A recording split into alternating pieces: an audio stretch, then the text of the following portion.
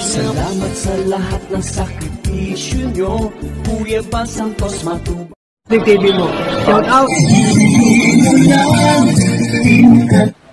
Shout out sa Team Kabalika, Rondi TV mo.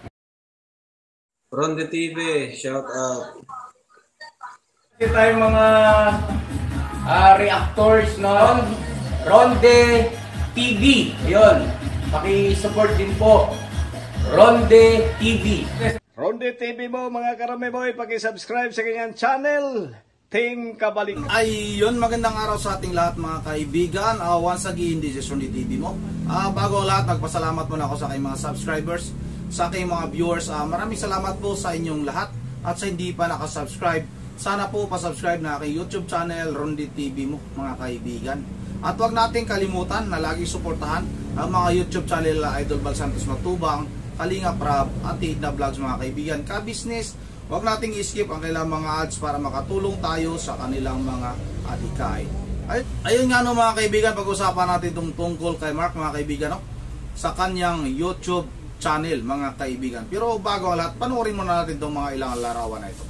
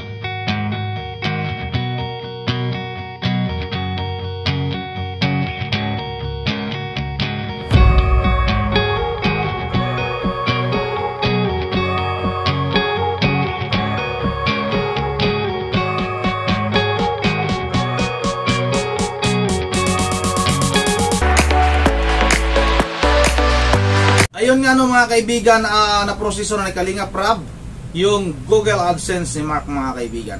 Yun, ang ginamit ni Kalinga Prab dito mga kaibigan ay yung kanyang Google AdSense account niya muna, no? Kasi nga itong si Mark ay minor pa, hindi pa pwede ito sa Google AdSense mga kaibigan na siya yung mismong ilagay. Pansamantala, sabi ni Kalinga Prab dito, no? Yung kanyang account lang muna ang kanyang ilalagay, ano? At ipapakita na lang ang sasahurin ni Mark mga kaibigan kung magkano ito. Talagang napakaswerte ni Mark, ano? Kasi nandyan si Kalinga Prab na talagang gumagabay talaga sa kanya mga kaibigan. Malapit na itong magkakasahod mga kaibigan. Malapit na itong magkakaroon ng kita sa kanyang YouTube channel mga kaibigan. At makakatulong na rin ito sa kanyang mga kapatid, no? Malaking bagay, no? Sabi nga ni Mark, siya na daw yung magpapaaral sa kanyang mga kapatid, no?